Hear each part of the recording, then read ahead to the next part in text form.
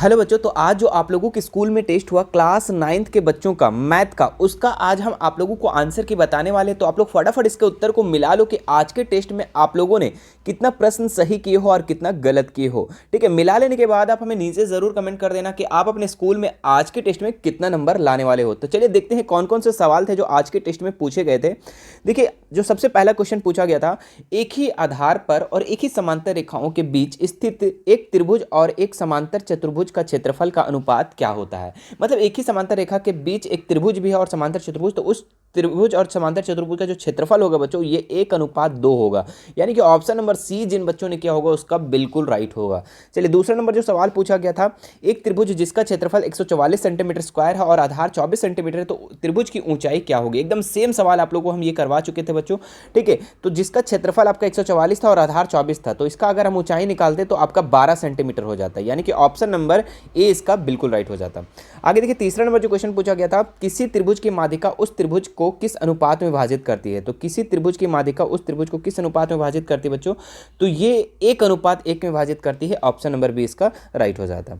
चलिए आगे देखिए, 4 नंबर जो सवाल था आप लोगों का, त्रिभुज एबीसी में ई माध्यिका एडी का मध्य बिंदु है, तो त्रिभुज बीईडी और त्रिभुज एबीसी का क्षेत्रफल का अनुपात क्या होगा, है ना। तो एबीसी का ई माध्यिका है और एडी का मध्य बिंदु है, तो बीईडी जो छोटा वाला त्रिभुज है और बड़ा वाला त्रिभुज का अनुपात क्या होगा बच्चों, तो ये 1:4 होगा। ऑप्शन नंबर डी इसका राइट हो जाएगा।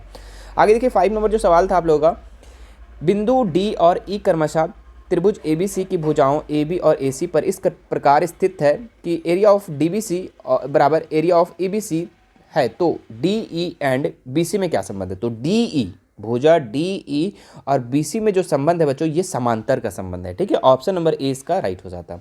आगे देखिए 6 नंबर सवाल, क्या लिखा हुआ है, डीई और एफ क्रमशः एबीसी की भुजाओं क्रमशः बीसी सीए और एबी के मध्य बिंदु है, तो निम्नलिखित में से कौन सत्य है। ठीक है, तो इसका राइट आंसर हो जाता है 6 नंबर का D number, area of DEF बराबर 1/4 एबीसी। 1/4 जो है वो उसका क्षेत्रफल का 1/4 डीईएफ है ना, तो आपको याद रखना है। ठीक है, तो ये आप लोगों का राइट हो जाता है। ठीक है, तो जिन बच्चों ने किया होगा उसका बिल्कुल सही होगा। चलिए 7 नंबर क्वेश्चन देखो, किसी त्रिभुज एबीसी की माध्यिका उस त्रिभुज को विभाजित करती है हमेशा हमेशा कितने कैसे विभाजित करते हैं बच्चों, तो बराबर त्रिभुज वाले बराबर क्षेत्रफल वाले त्रिभुजों में विभाजित करती है। ठीक है, तो ऑप्शन नंबर डी इसका राइट हो जाता है। 8 नंबर जो सवाल पूछा गया था आप लोगों का, एक समांतर चतुर्भुज का क्षेत्रफल 324 सेंटीमीटर स्क्वायर है, तो उसके विकर्ण द्वारा बने प्रत्येक त्रिभुज का क्षेत्रफल कितना होगा। मतलब कि एक समांतर चतुर्भुज का जो है क्षेत्रफल आपका 324 दिया हुआ है, तो आपका ये आधा का पूछ रहा है, तो आधा कितना हो जाता है बच्चों, तो 162 सेंटीमीटर। ऑप्शन नंबर 20 का राइट हो जाता है। आगे 9 नंबर सवाल पूछा गया था, एक समलंब एबीसीडी में जिसमें एबी और सीडी डीसी जो है ये समांतर है, पैरेलल है, कि विकर्ण एसी और एवं बीडी परस्पर ओ पर प्रतिच्छेद करते हैं, तो area of AOD 1 centimetre square है। ठीक है, तो बीओसी कितना होगा, तो वो भी आपका 1 सेंटीमीटर स्क्वायर हो जाता है। ऑप्शन नंबर ए इसका राइट हो जाता है। आगे देखिए नेक्स्ट सवाल, किसी समबाहु त्रिभुज का क्षेत्रफल क्या होगा, तो इसका हो जाता है √3/4 ए स्क्वायर, भुजा स्क्वायर है ना, तो ऑप्शन नंबर सी इसका राइट हो जाता है। तो ये था बच्चों आप लोगों का 10 ऑब्जेक्टिव सवाल। बाकी देखिए यहाँ पे जितने भी सब्जेक्टिव सवाल हैं आपका प्रूव करने के लिए मैंने बहुत सारे, इसमें हमको लगता है 3 से 4 क्वेश्चन आप लोगों को हम करवा दिए, हम सारे क्वेश्चन को हम अभी देख लिए।